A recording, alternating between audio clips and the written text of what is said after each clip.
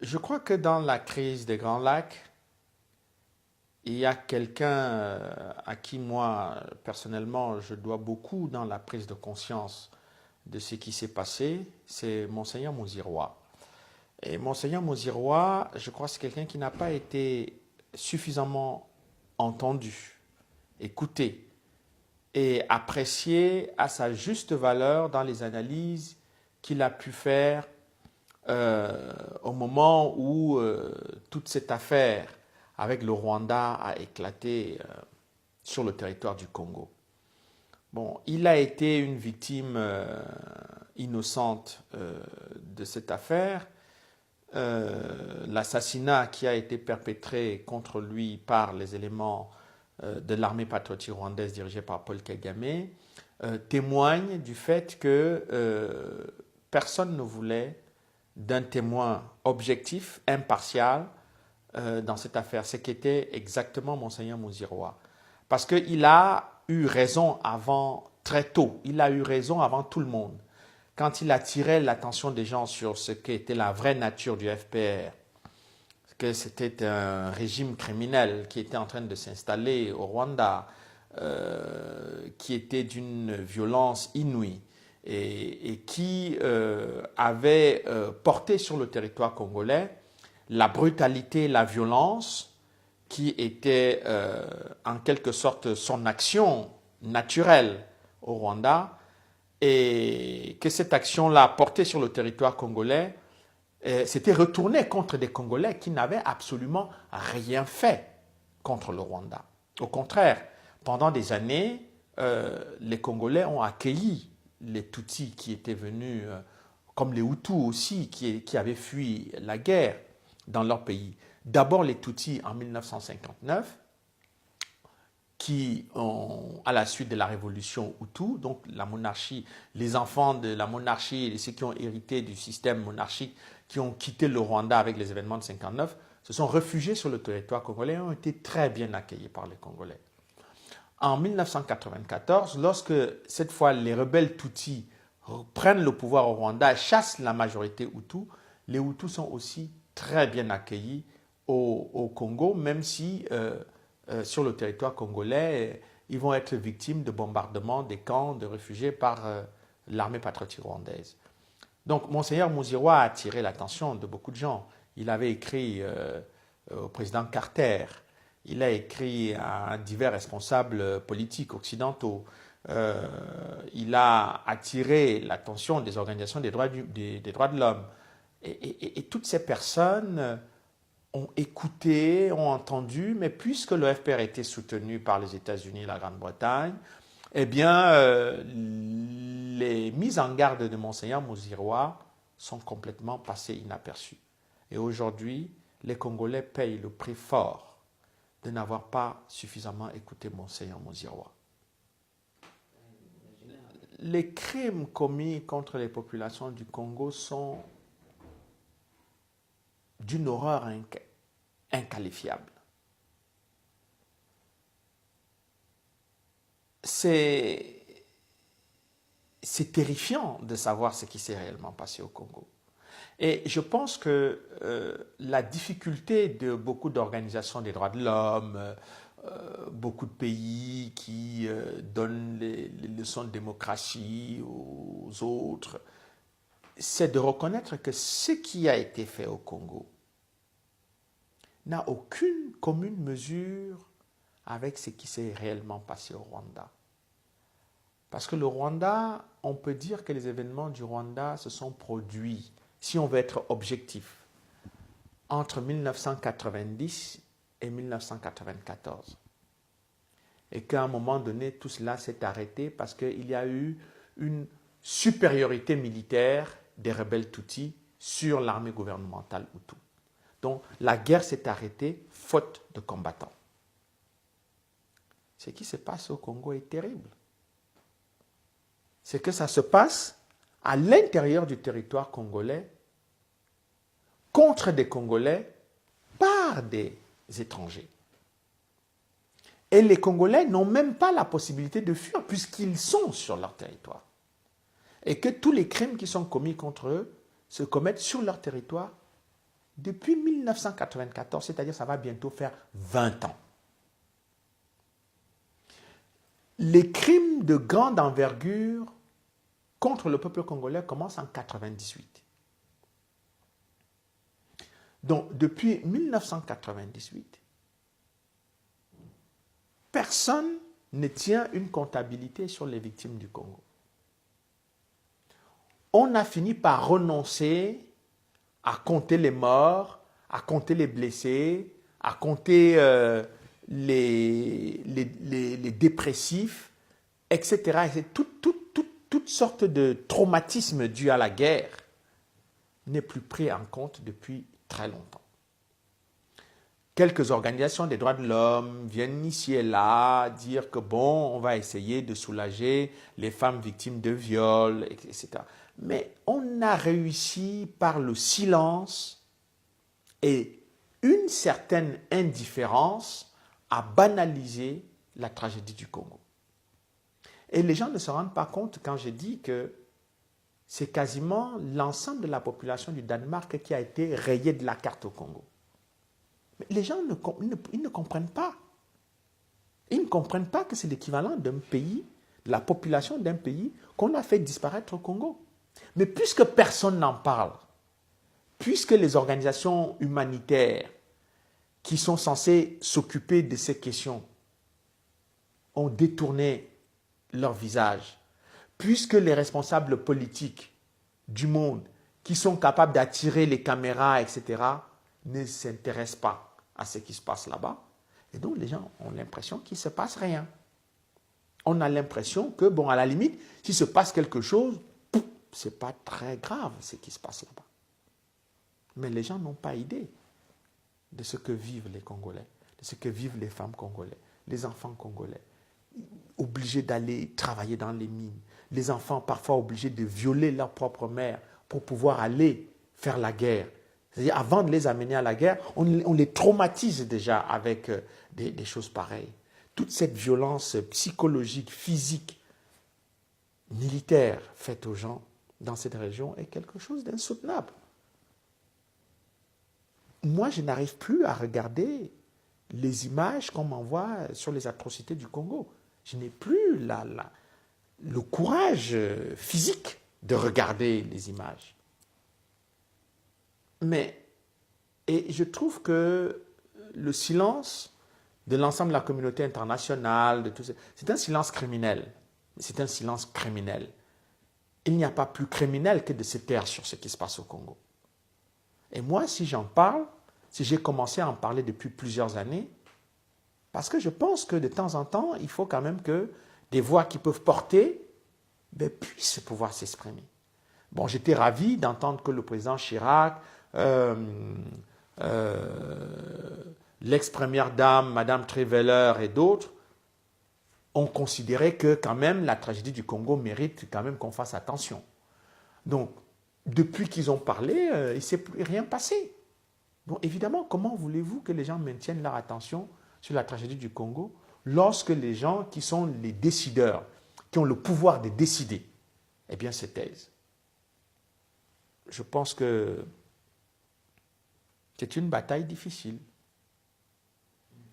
D'abord, les rébellions qui sont nées au Congo, je parle même de l'AFDL. Ça n'a jamais été des mouvements de libération nationale. Il y a eu peut-être au sein de l'AFDL quelques Congolais, peut-être Laurent Désiré Kabila lui-même, qui pensaient peut-être qu'il participait à un mouvement de libération nationale. Mais l'essentiel des troupes qui ont renversé le président Mobutu, c'est des troupes étrangères. Ce n'étaient pas des Congolais. Le Rwanda, le Zimbabwe, l'Angola, le Rwanda, l'Ouganda, l'Angola et tous les pays qui ont participé à la guerre de 1997, la chute du maréchal Mobutu, sont des troupes étrangères. qui ont participé à ça. Donc la rébellion, l'AFDL, qu'on a amenée en disant que bon, c'était pour... L'AFDL n'avait pas, à lui tout seul, les moyens militaires, financiers, logistiques, d'arriver à Kinshasa et de renverser le président Mobutu. J'ai toujours pensé, et aujourd'hui j'en ai la preuve, c'est que la prise du contrôle du Congo par différents groupes de rebelles ou différentes rébellions, des multinationales, des États étrangers, la guerre contre les populations du Congo et contre le Congo a commencé en 1994. Très concrètement. Il n'y a qu'à voir la façon dont le FPR a pris le contrôle militaire du Rwanda en poussant les populations vers l'est du Congo, ne lui donnant pas le choix à cette population du Rwanda de fuir soit vers la Tanzanie, soit vers le Burundi, soit même vers l'Ouganda. Parce qu'en attaquant vers le nord et en prenant le pays en tenaille, eh bien, le Rwanda, l'armée patriotique rwandaise a poussé les troupes gouvernementales qui lui opposaient une résistance et l'ensemble des populations civiles vers l'est du Congo. Pourquoi? Eh bien, parce que le Rwanda avait dans son agenda le projet d'aller envahir le Congo, puisque c'est ce qu'ils ont fait immédiatement en 1994 en disant qu'il y avait des génocidaires à l'est du Congo, des génocidaires entre guillemets que le Rwanda lui-même avait poussés vers le Congo. Donc, après les avoir poussés vers le Congo, les troupes de Paul Kagame se sont ensuite rendues sur le territoire congolais pour, soi-disant, aller les chercher. Et en 1997, ils ont appliqué exactement cette politique et cette stratégie en allant sur le territoire congolais, renverser, participer à la chute du président Mobutu et surtout en prenant le contrôle de l'armée congolaise puisque l'actuel ministre de la Défense est devenu à l'époque chef d'état-major de l'armée congolaise. Donc il y a une suite logique, une stratégie précise dans la prise du pouvoir du FPR au Rwanda et la prise du contrôle du territoire congolais dès 1997 à la chute du maréchal Mobutu. Il n'y a pas de hasard à cela et surtout, on ne peut pas considérer ça comme un épiphénomène ou quelque chose. Non, tout a été, sur le plan militaire, quand on mène une bataille sur le plan militaire, si vous regardez simplement, et c'est ce que j'ai essayé de faire, regardant simplement le mouvement des troupes, vous comprenez quels sont les objectifs. Là, ce n'est pas la politique, ce n'est pas de la littérature. La façon dont les troupes se déplacent sur le terrain, on comprend qu'est-ce que ces troupes visent exactement. Et dans le cas de l'armée patriotique rwandaise visait la prise de contrôle du pouvoir à Kigali. Donc, ils ont renversé le président Habyarimana. Ils ont pris le pouvoir à Kigali. Une fois qu'ils ont pris le pouvoir à Kigali, ils ont décidé de passer à la deuxième étape qui était la prise de contrôle des richesses de l'Est du Congo. Et c'est exactement ce qu'ils ont fait dès 1997 avec Laurent Désiré Kabila. Mais Emma Bonino a été, je peux dire, aujourd'hui, avec déjà à l'époque ce que j'avais constaté, était d'un courage exceptionnel. Parce que c'était un commissaire européen, c'était un haut fonctionnaire de l'Union européenne qui a pris position dans un contexte où le Rwanda était considéré comme victime du génocide. C'est-à-dire au nom du génocide, entre guillemets, je mets toujours entre guillemets, puisque ce génocide n'est toujours pas prouvé par le tribunal pénal international. En tout cas, la planification du génocide n'est toujours pas prouvée 20 ans après par le tribunal pénal international. C'est pour ça que je mets ça entre guillemets on the brackets. Et donc, je veux dire tout simplement que Paul Kagame, lorsque Emma Bonino commence à pointer du doigt l'Ouganda et le Rwanda, il faut avoir un certain courage politique à ce moment-là, parce que c'est de ça dont il est question. Vous voyez deux pays qui essayent d'étrangler un autre pays qui est plus grand qu'eux, plus riche qu'eux. Et l'ensemble de la communauté internationale se tait. Deux choses. Ou bien l'ensemble de la communauté internationale est complice, ou bien c'est elle qui pousse ces gens à aller attaquer le pays qui est la RDC. Donc lorsqu'Emma Bonino réagit à cette invasion, à ces attaques contre le Congo, elle-même va être violemment attaquée au sein de l'Union européenne, comme on n'a jamais attaqué un haut responsable européen sur une crise humanitaire. Parce que là, il s'agissait d'une réaction face à une tragédie humaine. Et les attaques et les insultes sexistes et toutes sortes d'insultes, Emma Bonino va être obligée, d'abord, de supporter tout cela, deux, on va espérer qu'elle va se calmer. C'est-à-dire qu'elle ne va plus oser parler de Rwanda et de l'Ouganda. Mais parce que ces pays, deux pays, étaient soutenus par les États-Unis, la Grande-Bretagne et un certain nombre de multinationales qui avaient vocation à aller s'emparer des richesses du Congo en le faisant sous-traiter le trafic de ces richesses par le Rwanda et l'Ouganda. Et c'est exactement ce qui s'est passé. Bon, écoutez, en 2002, lorsque je publie Les secrets du génocide rwandais, notamment sur le rôle de Kagame dans l'attentat et sur l'action de l'armée patriotique rwandaise dirigée par le même Kagame sur le territoire congolais, je parle de Kagame et la guerre des diamants au Congo. Ça fait plus de 10 ans, ça fait 12 ans. À l'époque, mais les Congolais même ne croyaient pas que ce que Kagame était en train de faire au Congo, ce qui apparaissait comme une véritable stratégie de longue durée, d'occupation territoriale de longue durée de Kagame, était quelque chose qui allait s'inscrire effectivement dans le temps. Les Congolais eux-mêmes n'y croyaient pas.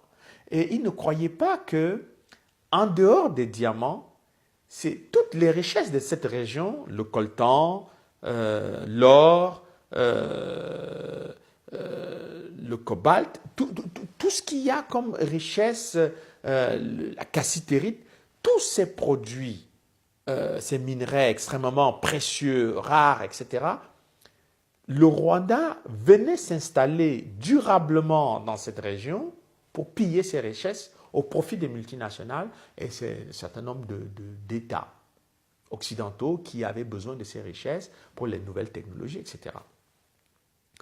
Et donc, lorsque les rapports des Nations Unies ont commencé à se succéder et que les Congolais se sont rendus compte que plus les rapports des Nations Unies étaient publiés, moins la communauté internationale protestait ou moins elle réagissait à ces rapports, c'est-à-dire par exemple en demandant des sanctions contre le Rwanda, eh bien là, les Congolais ont commencé à se poser des questions.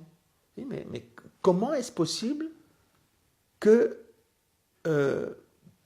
pour une petite occupation que l'Irak avait faite contre l'Arabie Saoudite, toute la communauté internationale s'est mobilisée avec des avions, des chars. On a dit que bon, on allait faire la guerre contre Saddam Hussein pour avoir violé le droit international, pour avoir osé attaquer l'Arabie Saoudite. Mais qu'est-ce qui explique que là, ce n'est pas qu'on suppose la présence militaire rwandaise est effective sur le territoire congolais, c'est-à-dire la violation du droit international est établie. Les rapports des Nations Unies, des experts de l'ONU, s'accumulent. Ce n'est pas un rapport, ce n'est pas deux rapports. Il y a 4, 5, 6, 7 rapports qui disent que le Rwanda finance les rébellions au Congo, le Rwanda finance la déstabilisation de l'Est du Congo, le Rwanda participe au pillage des richesses du Congo, crée des sociétés. Le président Kagame lui-même est directement impliqué dans les trafics au Congo, etc., etc. l'Ouganda également, et la communauté internationale ne dit absolument rien du tout. Alors, je pense que bon, pour les Congolais, ça a été un choc extrêmement violent de se dire que si les grandes puissances se taisent devant les rapports de l'ONU, si les pays membres du Conseil de sécurité refusent de prendre les moindres sanctions, mais que même l'Union européenne, le jour où il y a la publication du rapport MAPI en 2010, le lendemain, un ancien commissaire européen, M. Louis Michel, crée une association des amis du Rwanda le lendemain au sein du Parlement européen. Alors là, je crois que les Congolais ont compris que le mépris qui était fait contre eux dépassait toutes les limites. Mais déjà, je crois que c'était le rapport 2001, on avait déjà analysé que les attaques même des rebelles, des groupes rebelles, étaient dans le moment où il fallait faire sortir le quota, non? Donc c'était vraiment même des attaques ciblées par rapport à des actions. Ils entraient dans le moment où les Maïmaï les gens locaux devaient exporter la matière première, ils attaquaient, ils prenaient, après ils donnaient. En fait, la stratégie du Rwanda a été très simple. Avec l'aide de la communauté internationale, il leur fallait avoir à l'est du Congo quelques groupes armés Hutus, même s'ils n'avaient pas grand-chose, mais il fallait qu'il existe des Hutus à l'est du Congo.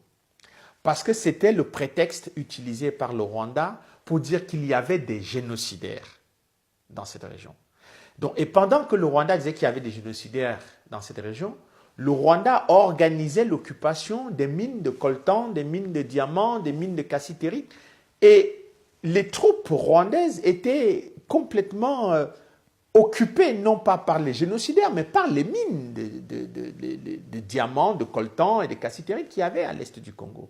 Et comme par hasard, on trouvait toujours des troupes rwandaises à proximité des gisements de diamants, d'un certain nombre de fosses où on était en train d'extraire des minerais. Et pendant très longtemps, le Rwanda avait ses positions à l'est du Congo. Mais quand soit les forces des Nations Unies arrivaient à les débusquer, à les identifier, ils disaient « Ah mais non, mais nous, il y a les Interamwe ici, il y a les génocidaires là-bas, il y a des Hutus qui menacent de déstabiliser le Rwanda là-bas, donc nous, on va aller là-bas pour essayer de les chasser. » Mais en fait, c'était partout où eux-mêmes, ils étaient en train d'extraire des minerais sur le territoire congolais. Et l'accumulation de ces rapports n'a pu que apporter la démonstration irréfutable que les préoccupations du Rwanda à l'est du Congo n'avaient rien à voir avec des génocidaires, des prétendus génocidaires, n'avaient rien à voir avec les Interamwe, mais ça avait tout à voir avec les minerais qui étaient exportés au Rwanda et achetés au Rwanda. Le Rwanda était devenu exportateur de coltan, alors que le Rwanda n'a pas de coltan sur son territoire. Ils se sont même organisés, on a même entendu des responsables politiques rwandais dire « Ah, mais non, on ne peut pas dire que le Rwanda n'a pas de matière première, on a des minerais. Bon, c'est pour cela que nous avons des minerais ici, mais enfin, tout le monde savait que tous les minerais qui étaient vendus à Kigali venaient du Rwanda, étaient transportés par avion dans les cargos militaires et donc par les troupes rwandaises. Et les factures étaient obtenues par les experts de l'ONU. Moi-même, j'ai vu pas mal de documents attestant que ce sont les troupes rwandaises qui avaient le contrôle d'un certain nombre de comptoirs de diamants. Et parmi ces comptoirs de diamants, certains étaient complètement gérés par des très proches du président Kagame ou par des entreprises dans lesquelles le président Kagame lui-même était actionnaire. Donc, ce trafic de grande envergure m'a amené simplement à qualifier le Rwanda de sous-traitant du trafic des minerais avec les multinationales et avec d'autres groupes mafieux dans la région, parce que ce trafic est tellement lucratif qu'il a rapporté au Rwanda des milliards de dollars. Au point qu'ils ont construit des hôtels au Rwanda, mais dont les gens disent « Ah, on a construit des hôtels au Rwanda », mais personne ne se pose la question de savoir quel est le niveau de vie moyen d'un Rwandais pour loger dans ces hôtels. Ce sont des hôtels qui ont été construits pour les trafiquants occidentaux et pour les multinationales qui participent au pillage et qui envoient régulièrement soit des négociants, soit des acheteurs. J'ai eu plusieurs discussions avec l'envoyé spécial de Bill Clinton, du président Clinton, Cynthia McKinney, qui a été parmi les premières personnes à fournir les preuves à Mme Safiatou Ndao, donc qui était la présidente de la commission des experts des Nations Unies pour le pillage, qui a été menacée de mort par le président Kagame, par ces hommes du président Kagame, les hommes de main du président Kagame. Donc certains ont fait une tentative de cambriolage dans le domicile de l'envoyé spécial du président Clinton, donc de Cynthia McKinney, à Atlanta. Parce que effectivement, elle avait les ordres de virement qui étaient envoyés de Kinshasa vers le Rwanda. Elle avait pas mal de documents bancaires qui attestaient effectivement que les mouvements de fonds qui étaient envoyés par des trafiquants ou d'autres multinationales aux sous-traitants rwandais à Kigali qui ramenaient du coltan ou des sacs de diamants de l'Est du Congo. Et donc, elle m'a expliqué effectivement que non seulement elle a été amenée à constater toutes ces affaires-là, mais qu'en plus de cela, lorsqu'elle a posé la question à l'époque, d'abord au président Clinton, puis à l'époque au président Bush lorsqu'elle était au Congrès, sur le fait que les États-Unis fermaient les yeux sur tout ce trafic, ben, il lui a été répondu qu'elle n'avait pas à se mêler de ce genre de choses, puisque en réalité, les États-Unis étaient contre le trafic international des minerais, et puis les États-Unis ne soutenaient pas tout ce trafic. Mais elle leur a demandé, mais si les États-Unis ne soutiennent pas tout ce trafic, qu'est-ce qui justifie donc que des officiers américains, des instructeurs américains vont former les membres de l'armée patriotique rwandaise qui, eux, sont impliqués dans le pillage? Eh bien, à l'époque, je crois qu'elle a eu quelques réponses que j'ai pu voir des membres du Pentagone qui disaient qu'effectivement, les États-Unis travaillent pour la démocratie au Rwanda, le respect des droits de l'homme, etc., etc. Mais il est évident que ça n'avait rien à voir avec ce qui se passait au Rwanda et au Congo en même temps, n'avait absolument rien à voir avec le respect des droits de l'homme et la démocratie. Il m'a été évidemment donné de constater ou de discuter avec le garde du corps personnel du président Kagame, donc M. Aloïs Ruenzi, donc, qui m'a raconté quand même beaucoup de choses sur le fait, par exemple, que James Kabarebe, l'actuel ministre de la Défense, qui était à l'époque chef d'état-major de l'armée congolaise, c'est lui qui avait été chargé par Kagame de gérer le dossier Congo. Et la gestion du dossier Congo consistait en quoi exactement? La gestion du dossier Congo par James Kabarebe consistait, par exemple, d'après Aloïs Ruenzi, à utiliser des faux dollars inondé les faux dollars sur le marché de l'Est du Congo dans les histoires de trafic de coltan, de diamants. Le transport par cargo des sacs importants de diamants qui étaient, d'après le garde du corps de Kagame, accumulés dans la chambre de James Kabarebe et qui étaient envoyés directement à Kagame au Rwanda. C'est son garde du corps qui parle. Bon, il a été lui-même, en tant que membre des services de renseignement,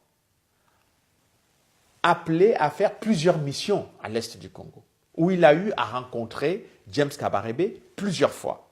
Il est allé chez lui, déposer des ordres de mission de Kagame, reprendre des éléments là-bas d'information pour amener à Kagame au Rwanda. Donc, ce n'est pas quelqu'un qui était à la périphérie de l'information, il était au cœur de l'information. Et donc, ces éléments m'ont été également confirmés par d'autres personnes parce que lorsque le RCD avait été créé par le Rwanda, bon, beaucoup de Congolais ont pensé effectivement que bon, avoir le soutien du Rwanda peut permettre de renverser Laurent Désiré Kabila, etc., puisque Laurent Désiré Kabila lui-même avait renversé des anciens Mobutistes, parce que le RCD a été construit un peu avec certains anciens Mobutistes, mais aussi avec quelques Congolais qu'on voulait utiliser pour maquiller l'origine étrangère du RCD. Et donc, ces Congolais servaient en quelque sorte de caution de la congolité de ses membres à une rébellion qui était en fait créée de toutes pièces par le Rwanda et l'Ouganda. Et donc, finalement, au fur et à mesure que les membres du RCD prenaient leurs ordres à Kigali, fonctionnaient avec le Rwanda, ils se sont rendus compte très vite que l'ensemble du mouvement était noyauté par les éléments Tutsi de l'armée patriotique rwandaise, qui contrôlaient les services de renseignement, qui contrôlaient le commandement des opérations sur le terrain, qui commandaient quasiment, qui avaient le contrôle du mouvement. Donc, tous ces Congolais ont eu à me raconter leur expérience au sein du RCD et dans leur relation avec le Rwanda. Et par la suite, on constate également que les rébellions, celle-là c'est une rébellion congolaise, mais le Rwanda va fabriquer d'autres rébellions congolaises, par exemple comme celle de Laurent Nkunda, qui est contrôlée par le Rwanda, financée, soutenue militairement par le Rwanda, mais qui se présente comme une rébellion congolaise. Mais lorsque on va demander, par exemple à Laurent Nkunda, pourquoi, qui était déjà dans l'armée congolaise, mais pourquoi finalement vous vous révoltez, qu'est-ce qui se passe, est-ce que... Ils ne parleront jamais de problèmes inhérents au fonctionnement de l'armée, au fait par exemple que l'armée congolaise n'arrive pas à faire face à l'invasion du Congo ou au pillage des richesses du Congo par le Rwanda. Ils vont dire qu'ils ont des problèmes de droit en tant que minorité Tutsi à l'est du Congo. Il y a beaucoup de minorités à l'est du Congo. Mais aucune de ces minorités n'a pris les armes contre l'État congolais ou contre les populations congolaises pour revendiquer ses droits. La seule minorité qui a pris les armes contre l'État congolais et contre les populations congolaises, ce sont les rébellions Tutsi créées par le Rwanda. Le problème, c'est que tout cela, au nom du génocide de 1994 contre les Tutsis. Mais c'est absurde parce que les Congolais ne sont jamais allés au Rwanda pour faire un génocide. Donc, pourquoi les Congolais seraient victimes du pillage de leurs richesses, de massacres de population, d'attaques contre l'État congolais par ces groupes? Qui, de surcroît, il faut le dire, sont des groupes d'origine étrangère. J'ai été atterré quand j'ai découvert les rapports de M. Ado Ayielo, les rapports qui étaient représentants spécial de l'Union européenne pour les Grands Lacs, les rapports de mission d'un certain nombre de fonctionnaires de l'Union européenne, les rapports confidentiels de certains responsables européens, qui, tous dans leurs rapports internes, disaient des choses qui n'étaient jamais dites dans les rapports officiels ou les rapports qui étaient rendus publics. Dans les rapports publics, on parlait uniquement que l'Est du Congo était perturbé, déstabilisé par des groupes armés qu'on ne savait pas identifier. Or, la plupart de ces groupes armés tournaient autour de l'armée patriotique rwandaise. Et ces groupes, dont un de ces groupes est le groupe qu'on a appelé les FDLR, qui était un groupe de Hutus, qui était venu au Rwanda à l'appel de Laurent Désiré Kabila, lorsque, en 1998, Paul Kagame a décidé d'envahir le Congo, militairement. Et donc, Laurent Désiré Kabila, le président donc, du Congo, sachant que les Hutus étaient persécutés dans leur pays par Paul Kagame, il les a recrutés pour prêter main forte à son armée et aider son armée à résister. Et ce sont ces gens qui vont toujours être pointés du doigt par l'Union européenne en disant voilà le danger de l'Est du Congo, ce sont les génocidaires de 1994, ce sont les FDLR, ce sont les Hutus. Mais personne ne voulait parler des troupes de Kagame qui étaient sur le territoire congolais et qui étaient clairement identifiées par les troupes des Nations Unies qui étaient sur place. Et donc, quand j'ai vu que les rapports internes de l'Union européenne reconnaissent qu'il y a une présence rwandaise dangereuse à l'est du Congo, que beaucoup de rapports de mission de M. Ado Ayielo ou d'autres personnes disent clairement que bon, il y a un problème avec les troupes étrangères qui sont au Congo. Parce que si on dit qu'il y a des troupes étrangères au Congo, il faut identifier ces troupes étrangères. Elles viennent d'où? Mais personne ne veut citer le Rwanda de Paul Kagame dans cette histoire. Et j'observe que à l'intérieur de l'Union européenne, il y a des discussions autour de l'action du Rwanda au Congo. Mais dans aucun des rapports rendus publics ou des rapports qui sont officiels, qui sont accessibles, parle du Rwanda. Là, on ne parle que des FDLR. Mais on parle des FDLR et des Hutus pour ne pas parler des troupes de Paul Kagame. Et ça va être constamment ça pendant près de 10 ou 15 ans. On va parler que comme ça. Et je me suis rendu compte que cette façon que l'Union européenne a eu à agir dans le dossier du Congo était en quelque sorte un encouragement au pillage des richesses, un encouragement au massacre des populations de l'Est du Congo par les troupes de Kagame.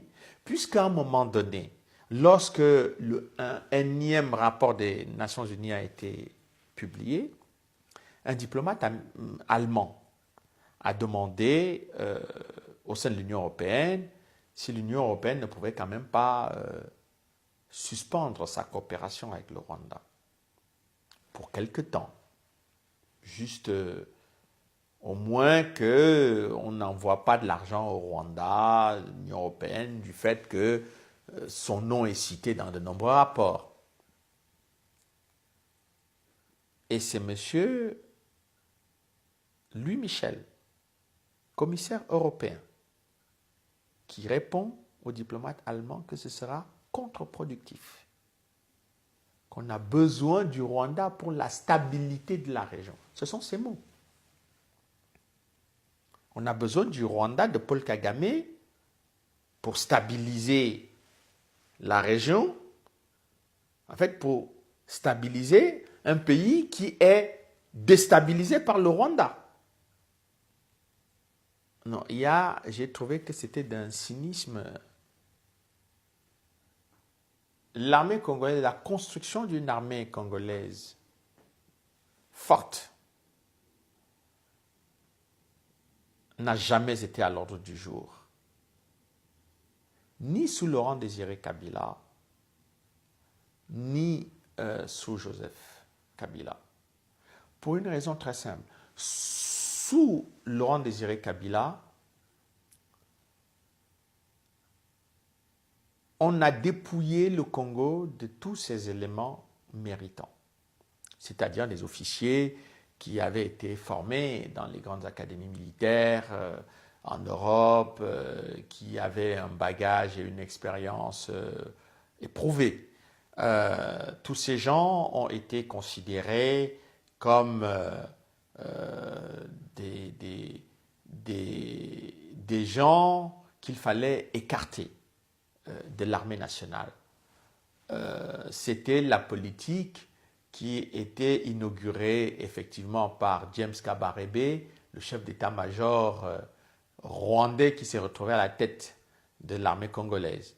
Mais pourquoi ils ont adopté cette position? C'était pour ne pas avoir de fortes têtes dans l'armée congolaise et des gens expérimentés. Donc, ils ont trouvé une méthode pour lessiver en quelque sorte l'armée congolaise en disant que tous ces officiers, tous ces gens qui ont appartenu à l'ancien régime de Mobutu étaient tous corrompus, etc. Bon, c'est vrai qu'il y avait des officiers qui étaient corrompus, mais tous les officiers de l'armée congolaise n'étaient pas des gens corrompus.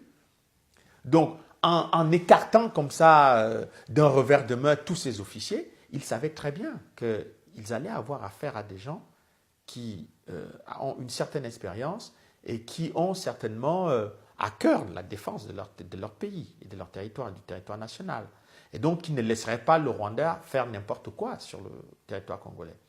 Donc, ils ont tout fait pour les éliminer et ils ont noyauté l'armée congolaise dès 1997 par des éléments de l'armée patriotique rwandaise, des gens qui étaient formés par l'armée patriotique rwandaise, donc qui étaient pour l'essentiel des Tutsis, donc qui noyautaient les services de renseignement extérieurs, la sécurité intérieure, et même au niveau de la sécurité présidentielle, il y avait des gens qui étaient plus ou moins fidèles à l'armée patriotique rwandaise, qui étaient des éléments de cette garde présidentielle. Donc, ce qui fait que ça n'a pas été très compliqué pour eux, finalement, de faire assassiner Laurent Désiré Kabila en 2001. Bon, mais ce qui a été beaucoup plus intéressant, c'est que lorsque Laurent Désiré Kabila a pris conscience que le Congo était quasiment vidé de sa substance militaire et les éléments, et surtout les éléments les plus compétents et les plus intéressants, il a commencé à appeler les pays étrangers, dont le Zimbabwe, et les autres à venir l'aider. Parce qu'en réalité, il fallait faire appel maintenant à des pays étrangers pour vous envoyer des gens plus ou moins aguerris pour organiser la stratégie militaire, puisque là, il fallait faire face à des troupes rwandaises qui non seulement connaissaient déjà le territoire congolais pour avoir commandé sur le territoire congolais et pour avoir dirigé l'état-major du Congo, le cas du ministre James Kabarebe. Et puis, il fallait avoir, effectivement, il fallait faire face donc à des gens donc, qui connaissaient le Congo, et qui avaient la stratégie de l'occupation en même temps du territoire, et qui savaient comment occuper le territoire et pourquoi occuper le territoire. Et donc, Laurent Désiré Kabila s'est retrouvé complètement perdu. Et sa seule solution, sa seule issue était de recourir à des troupes étrangères pour venir à son secours. Bon, il n'a pas réussi, finalement, puisque le Zimbabwe, les troupes qui sont venues pour l'aider, entre guillemets, n'ont pas... Bon, on fait ce qui était possible d'être fait, mais sans avoir le niveau d'expertise de l'armée patriotique rwandaise qui avait déjà une occupation effective du territoire national, mais surtout en comptant sur la complicité de la communauté internationale, d'une partie de cette communauté internationale qui a encouragé le Rwanda dans son action de pillage et de déstabilisation de l'Est. Et donc finalement, Laurent Désiré Kabila a été assassiné en 2001 et son successeur Joseph Kabila, il a fait pire. Il a fait pire, pourquoi? Parce que lui, il ne s'est jamais indigné de l'occupation rwandaise, puisque lui-même était un membre formé par l'armée patriotique rwandaise. Il était une émanation de l'armée patriotique rwandaise. Donc il est arrivé, il s'est assis, on lui a dit, vous voulez être président, vous serez président, mais à condition que vous ne dites rien sur ce que fait le Rwanda sur votre territoire. Et il n'a jamais bronché sur ce que faisait le Rwanda sur le territoire. Et mieux que cela, lorsque l'Union européenne a dit que bon, on va faire ce qu'on appelle le brassage dans l'armée congolaise pour construire l'armée nationale, on va mélanger des bandits de grand chemin, des délinquants, une partie des gens qui ont fait des rébellions, etc. Et avec des vrais militaires professionnels, on va mélanger tout ça, on va faire dans le brassage, ils ont appelé, l'Union européenne a appelé très pompeusement le programme de démobilisation et de désarmement, le programme de démobilisation, de désarmement et de réinsertion. Bon, DDR, donc c'est un truc un peu pompeux qui donnait l'impression qu'on allait construire une armée nationale, mais au sein de l'Union européenne, les rapports d'experts internes ont dit que ce n'est pas sérieux, puisqu'il y avait des gens comme Bosco Ntaganda, qui est maintenant incarcéré à la Cour pénale internationale. Tous ces gens qui ont commis des massacres se retrouvaient dans la même armée avec des militaires professionnels. Donc, on a mélangé des criminels de guerre avec des gens qui n'avaient jamais tué personne, mais qui avaient été formés pour faire des voleurs, des gens qui avaient pillé dans les mines de diamants de coltan. Ils se sont retrouvés dans le programme DDR de l'Union européenne. C'était avec ça qu'on voulait former l'armée nationale au Congo. Mais évidemment qu'on ne pouvait pas réussir à former une armée nationale avec ça. Des gens qui défendaient des intérêts étrangers ou des États étrangers ou d'un État étranger ou des multinationales qui se retrouvaient dans une armée congolaise pour faire quoi? Pour défendre le même État qui pille le Congo et pour empêcher l'invasion du même État qui les a formés. Mais c'était une mission impossible. Et donc, ce qui fait que l'armée congolaise n'a jamais été construite ou reconstruite de toutes les façons depuis la chute du maréchal Mobutu. Bon, les militaires congolais, par exemple, qui ont voulu se réorganiser à Brazzaville, qui étaient en exil, mais on n'a jamais voulu accepter ces gens-là dans l'armée congolaise. Pourtant, ils avaient fait une demande explicite. Ils ont voulu réintégrer leur armée. Mais on ne voulait pas de ces gens-là. Parce que c'était des gens qui étaient des militaires chevronnés. Ils étaient en situation de créer une véritable armée congolaise avec une conscience nationale. Donc il ne fallait pas avoir ces gens-là. Il fallait maintenir ce magma de délinquants, de voleurs, de pilleurs, de criminels de guerre ensemble, avec quelques militaires. Mais il fallait maintenir ça pour donner l'impression à l'opinion internationale que l'Union européenne faisait quelque chose là-bas. Et c'est ça le grand cynisme de tout ce dossier. Moi, je le dis, je le dis, c'est pas uniquement le fruit, c'est à la fois mon analyse, mais c'est aussi une analyse fondée quand même sur les rapports internes de l'Union européenne, où certains experts ont dit quand même, nous dépensons des millions de dollars pour le DDR, mais ce programme, il n'est pas efficace. La preuve, c'est qu'il y avait de la délinquance au moment où il y avait les gens de DDR sur le terrain. On détroussait des Européens à Kinshasa avec sous les yeux des gens qui ont été formés par le programme DDR. L'Est du Congo était pillé alors que dans le même temps, il y avait la surveillance, entre guillemets, des gens qui sortaient du programme DDR. Mais c'était simplement ubuesque de voir ce qui se passait avec cette histoire d'armée nationale au Congo. Mais tout ça a été fait en réalité pour maintenir le Congo en situation d'infériorité militaire, de désorganisation politique et militaire, et qu'il n'y ait finalement pas la moindre capacité de défendre le territoire national et de défendre la souveraineté de l'État congolais. Je ne parle même pas des populations congolaises, puisque les populations congolaises ont été livrées, en quelque sorte, aux criminels de guerre de la région, aux chefs de guerre. Ce sont les chefs de guerre qui décident dans quel village on doit opérer pour punir des gens qui ne sont pas contents. Vous n'êtes pas content que le Rwanda occupe votre pays, on envoie une expédition punitive contre un village. Eh bien, c'est atroce ce que la communauté internationale a fait à l'est du Congo. Oui, non, le document avec William Perry est un scandale. Bon, William Perry écrit à Paul Kagame pour lui dire en gros, bon, il y a des prisonniers politiques, il y a des gens qui sont emprisonnés, bon, et puis il y a ces histoires avec le Congo. Bon, trouver le moyen de régler ce problème-là pour que la communauté internationale ou les organisations des droits de l'homme ne s'indignent pas trop. Voilà en gros ce que lui dit William Perry. Mais quel est l'intérêt de dire ça à Paul Kagame? Une lettre écrite par pas n'importe qui. Un haut responsable américain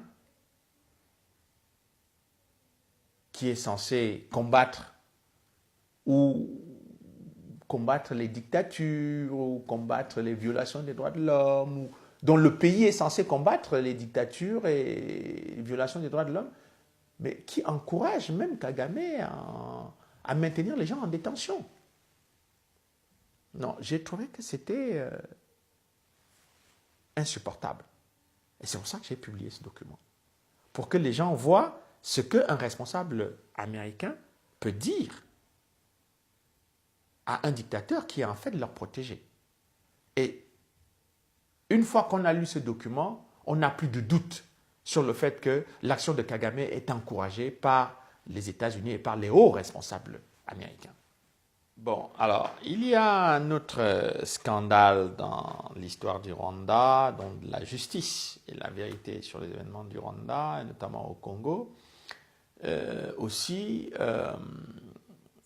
Il y a eu l'affaire des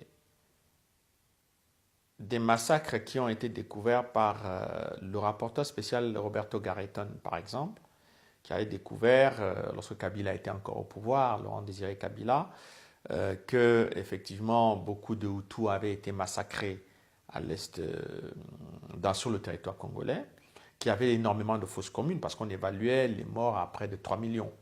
Bon. Ou 2 millions et poussière, parce que, bon, enfin, sur toute la traque, pendant toute la période de 94, je crois, 97, quand l'AFDL est arrivé, on a évalué finalement qu'il y a eu plus de 2 millions de personnes qui avaient été massacrées à l'est du Congo, dont le Roberto Garretton était venu pour faire des enquêtes, etc. À l'époque, Laurent Désiré Kabila s'entendait bien avec le Rwanda, donc finalement, ils ont tout fait pour que Roberto Garretton n'enquête pas. Mais à l'époque, Laurent Désiré Kabila ne savait pas il allait avoir des problèmes avec le Rwanda. Mais il a, lui, supporté toutes les accusations du massacre des populations sur le territoire congolais pour protéger l'armée de Paul Kagame, la rébellion Tutsi, qui, elle, avait commis tous ces massacres sur le territoire congolais. Bon, puisque c'est grâce à l'armée de Paul Kagame que Laurent Désiré Kabila est arrivé au pouvoir, donc lui, il n'a pas voulu exposer le Rwanda et donc il a tout fait pour étouffer cette affaire avec Roberto Garretón. Mais ce qui, moi, m'a frappé dans les massacres de Hutus, c'est le fait que Carla Del Ponte m'a confié en 2005, lorsque je l'ai rencontré, que il y avait eu un Américain, un expert américain, M. Robert Gersony, qui avait fait une enquête. C'était un Américain. Il a fait une enquête sur les massacres commis par la rébellion Tutsi, puisqu'on faisait comme si la rébellion Tutsi n'avait pas commis de crime. En 1994, et donc un Américain a fait cette enquête. C'était une enquête officielle, donc qui était financée, je crois, par les Nations Unies. Et il se trouve que Carla Del Ponte a demandé aux Nations Unies de lui remettre le rapport de Robert Gersony pour qu'elle l'intègre dans les procès du tribunal pénal international pour le Rwanda. Les Nations Unies lui ont d'abord dit qu'il n'y avait pas d'enquête, qu'il n'y avait pas de rapport. Elle a insisté en disant que il fallait demander, elle a insisté en disant qu'il fallait absolument que les Nations Unies lui donnent ces documents. Les Nations Unies ont persisté à dire qu'il n'y avait pas d'enquête, qu'il fallait peut-être voir avec M. Gersony. Carla Del Ponte a demandé à Robert Gersony, est-ce que vous pouvez venir témoigner devant le tribunal sur les enquêtes que vous avez faites? Et ensuite, est-ce que vous avez les enquêtes, puisque les Nations Unies me disent qu'il n'y a pas d'enquête, qu'il n'y a pas de rapport? Robert Gersony a dit, j'ai le rapport, mais je ne peux pas vous le donner sans l'autorisation des Nations Unies, puisque c'est les Nations Unies qui m'ont envoyé pour faire cette enquête. Et Carla Del Ponte est allée voir Kofi Annan, d'après ce qu'elle m'a dit. Elle est allée voir Kofi Annan, elle a dit, bon, j'ai M. Gersony, il est prêt à venir témoigner, il est prêt à donner le rapport, mais c'est à vous de lui donner l'autorisation. Elle m'a dit explicitement que Kofi Annan lui a dit « niet ». Pas question de vous donner le rapport Gersony. Et donc finalement, Carla Del Ponte a dû se débrouiller par ses propres moyens pour consulter le rapport Gersony, sans avoir la possibilité de l'introduire dans les procès au tribunal pénal international pour juger à la fois les Hutus et les Tutsis qui ont commis les crimes. Donc, le tribunal, depuis cette période, a continué à poursuivre uniquement les Hutus, mais pas les membres de la rébellion Tutsi qui avaient aussi commis des crimes contre l'humanité et peut-être aussi un génocide. L'histoire du Rwanda a été préécrite par la communauté internationale, qui a considéré qu'il n'y a qu'un seul groupe de victimes au Rwanda, les Tutsis. Punto. Donc, quand la communauté internationale a dit ça, le tribunal pénal international pour le Rwanda a décidé de poursuivre uniquement les Hutus, qui seraient responsables du génocide des Tutsis. Mais ils ont oublié un détail. C'est que lorsque vous parlez d'un génocide, il faut le prouver. Lorsque vous dites qu'il y a eu préparation, planification, etc., on l'a répété 100 fois qu'il y a eu préparation, une préparation minutieuse, etc., une planification, etc. Bon, je pose trois questions.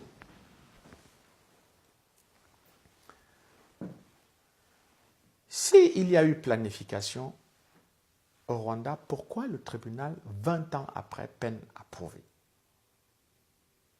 Alors que le procureur a eu, tous les procureurs qui sont succédés à Arusha ont eu accès à toutes sortes de témoignages, à tous les documents possibles et imaginables.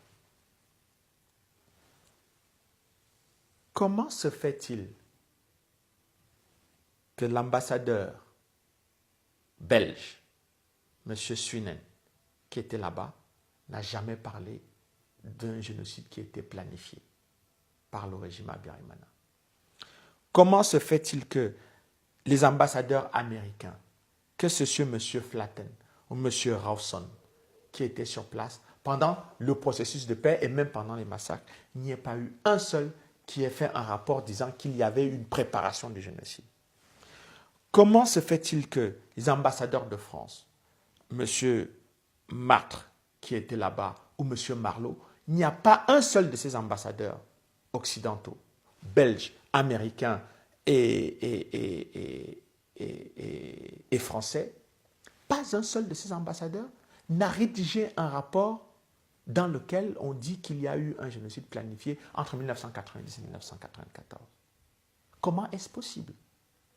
Où est-ce que on a trouvé les traces de la planification? Je prends les gens qu'on ne peut pas soupçonner de collusion avec le régime Habyarimana. Les gouvernements rwandais, entre 1992 et 1993, il n'y a eu que des gouvernements de l'opposition suite aux efforts demandés par la France, par François Mitterrand, demandés au président Habyarimana de démocratiser. Tout le monde a reconnu, même les Belges ont reconnu que Habyarimana a fini par accepter de démocratiser son régime. C'est-à-dire que le Rwanda était devenu un pays de parti multipartiste. Donc, Habyarimana a gouverné avec des gouvernements d'opposition, opposition non armée. Donc, certains des membres étaient proches de la rébellion Tutsi. Il n'y a pas un rapport d'un de ces gouvernements, que ce soit le gouvernement de Dismas Senginya-Rémier, le gouvernement de Agathe Uwinglimana, pas un seul de ces gouvernements n'a laissé une trace écrite que Habyarimana était en train de planifier un génocide. Autre exemple, la minuar, les éléments les casques bleus des Nations Unies qui étaient présents avant le drame de 1994 et avant le génocide. Il n'y a pas un seul rapport aux Nations Unies qui a été rédigé par un haut responsable présent à Kigali qui décrit avec précision la date où il y aurait eu une réunion pour planifier le génocide, le lieu où on l'a planifié et les membres qui se sont rassemblés pour le planifier. Dernier élément, les services de renseignement occidentaux qui étaient sur place. Que ce soit la CIA, la DGSE, le MI6 britannique, ou même les éléments du Mossad qui étaient... Il n'y a aucun de ces services de renseignement qui a rédigé un rapport disant qu'il y avait une planification du génocide à telle date, à tel lieu, par tel élément, etc., etc. Je vais même maintenant dans le camp d'Habyarimana. Il y a eu des traîtres dans le camp d'Habyarimana qui ont quitté le parti du président Habyarimana pour aller rejoindre l'opposition. Des éléments de l'armée d'Habyarimana qui étaient en contact avec l'opposition. Pas un seul des traîtres du camp d'Habyarimana n'a rédigé un rapport disant que pas un seul de ces éléments n'a rédigé un rapport disant que le FPR, que le président Habyarimana, à telle date, à telle occasion, a fait une confidence qu'il était en train d'organiser un génocide contre les Tutsis. Comment tout un pays, un petit pays comme le Rwanda, le plan du génocide a échappé à tous les services occidentaux, tous les services de renseignement occidentaux, tous les ambassadeurs qui étaient sur place, même les Nations Unies qui étaient sur place, qui étaient pro-Kagame et pro-FPR. Il n'y a personne qui a aujourd'hui brandi la preuve devant le tribunal pénal international en disant « voici la preuve irréfutable de la planification du génocide ». 20 ans après, le tribunal n'a rien. Moi, je parle de la planification du génocide. Mais les massacres même. Mais écoutez, la vérité dans ce qui s'est passé au Rwanda entre 1990 et 1994, c'est qu'il y a eu une guerre pour la conquête du pouvoir qui a opposé la rébellion Tutsi dirigé par Paul Kagame et le régime d'Abiyarimana et l'opposition à Abiyarimana non armée qui voulait aussi prendre la place du président Abiyarimana. Donc, il y a eu une guerre entre la rébellion et les troupes gouvernementales pour Abiyarimana qui voulait rester au pouvoir et pour l'OFR qui voulait renverser Abiyarimana du pouvoir. À l'intérieur de cette guerre s'est déroulé le massacre des populations civiles, Tutsi, Hutu et Twa. C'est-à-dire que toutes les franges de la société rwandaise ont été massacrées par ceux qui les considéraient comme leurs adversaires. Les Hutus qui considéraient les Tutsis comme leurs adversaires les ont massacrés. Et les rebelles Tutsis qui considéraient les Hutus comme leurs adversaires les ont massacrés. Mais comme, au lieu d'examiner cette réalité, on a commencé par prendre le mot génocide, on a plaqué, et tout le monde s'est mis à courir derrière le terme de génocide. Moi, je ne suis focalisé ni sur le génocide des Hutus, ni sur le génocide des Tutsis.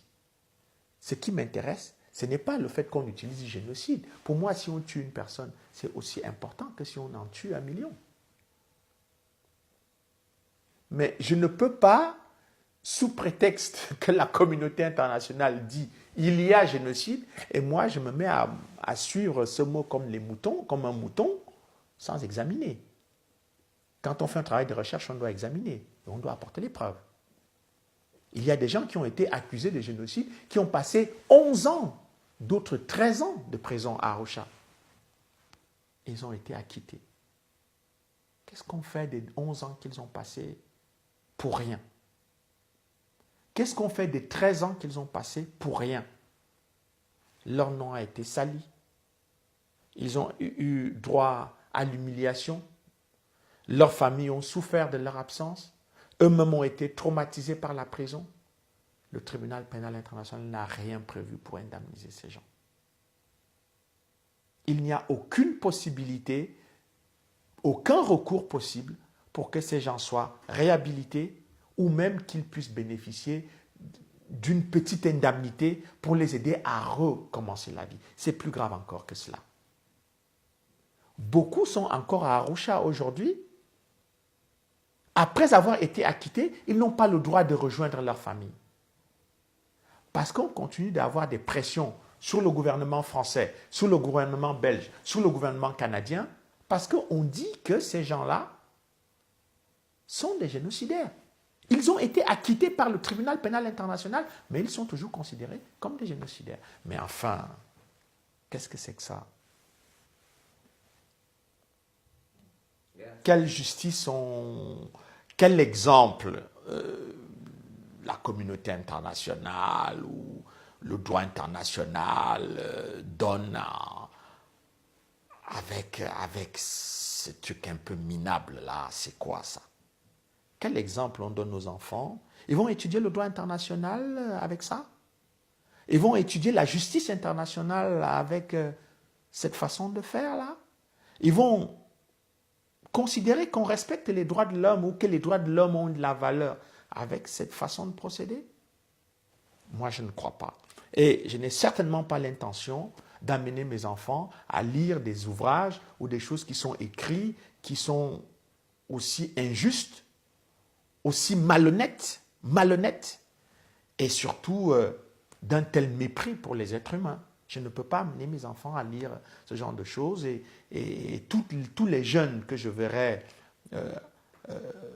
regarder le dossier du Rwanda sous l'œil de la propagande internationale, je les déconseillerais. Je leur dirais que c'est un mensonge et je leur apporterai la preuve par A plus B que c'est un mensonge. Et que ce mensonge-là, il déshonore la communauté internationale, il déshonore les organisations des droits de l'homme qui, c'est étrange, sont très vigoureuses quand il faut aller arrêter les génocidaires, les gens qui ont planifié, organisé le génocide.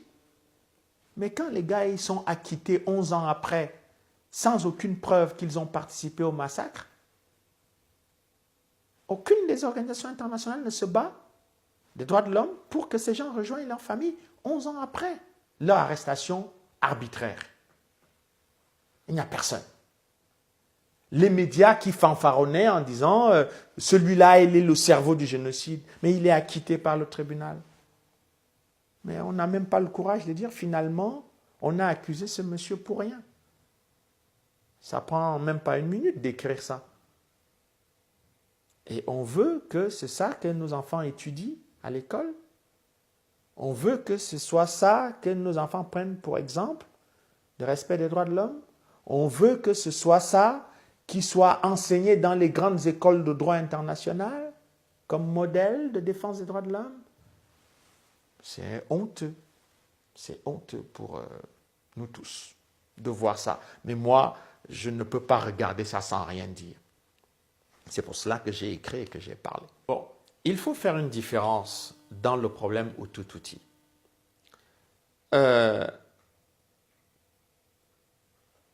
Il y a eu au Rwanda une monarchie Tutsi qui a gouverné pendant des siècles, qui a dominé et écrasé la majorité Hutu. Il faut préciser que les Tutsis, avant les événements de 1994, constituaient à peu près 14-15% de la population. Les Hutus sont 80% de la population. Donc, les 80% de la population ont été dominés pendant des siècles par la minorité Tutsi. Jusqu'à la période de l'indépendance, 1959, où les Hutus, la majorité Hutu, qui ne pouvait plus supporter cette domination, a décidé de se révolter contre la monarchie.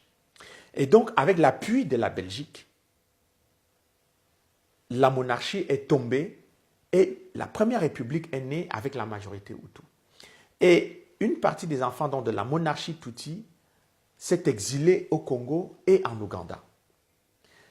Ce sont ces enfants de cette monarchie ou des membres de la minorité Tutsi qui reviennent donc en 1994 pour faire la contre-révolution, c'est-à-dire pour reprendre le pouvoir que leurs parents avaient perdu en 1959.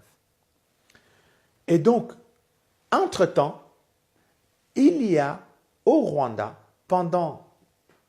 entre 1973, quand le président Habyarimana arrive au pouvoir, et 1994, au moment où il est assassiné, il y a des Tutsis qui occupent des fonctions importantes au sein du pouvoir rwandais.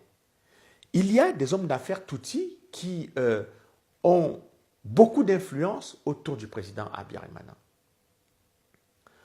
Moi, je fais la différence entre ces Tutsis qui vont avoir le pouvoir sous le régime Habyarimana, ceux qui vont venir renverser le régime Habyarimana, qui viennent d'Ouganda, avec la minorité Tutsi qui vivait, je dirais, en paix au Rwanda pendant toute cette période avant l'attaque de la rébellion Tutsi de 1994.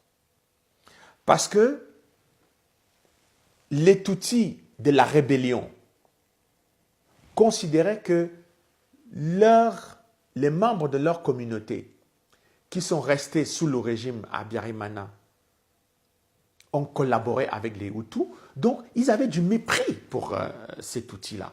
Et donc ils ont laissé ces Tutsis-là être tués par les Hutus en 93-94, parce que ça ne les intéressait pas, ces gens ne les intéressaient pas. Mais par contre, ils vont utiliser la mort de ces gens pour légitimer leur prise de pouvoir. En disant, les Tutsis ont été victimes d'un génocide, donc nous avons raison de prendre le pouvoir contre la majorité Hutu. C'est une escroquerie en réalité. Et c'est là où se trouve la difficulté pour beaucoup de gens qui ne comprennent pas qu'il faut faire la différence entre les rebelles Tutsis qui attaquent le Rwanda de 1990 à 1994, qui massacrent les populations Hutus, qui vont assassiner Habyarimana le 6 avril 1994, ainsi que le président du Burundi, du Burundi et l'ensemble de l'équipage français. Ces mêmes rebelles Tutsis qui vont assassiner les Espagnols, ces mêmes rebelles Tutsis qui vont tuer les Canadiens, les pères canadiens qui étaient présents sur place. Ces mêmes rebelles Tutsis qui vont aller massacrer les populations congolaises plus tard, eh bien, je fais la différence entre ces rebelles Tutsis et les populations civiles Tutsis qui vivaient en paix et tranquillement au Rwanda sans attaquer qui que ce soit.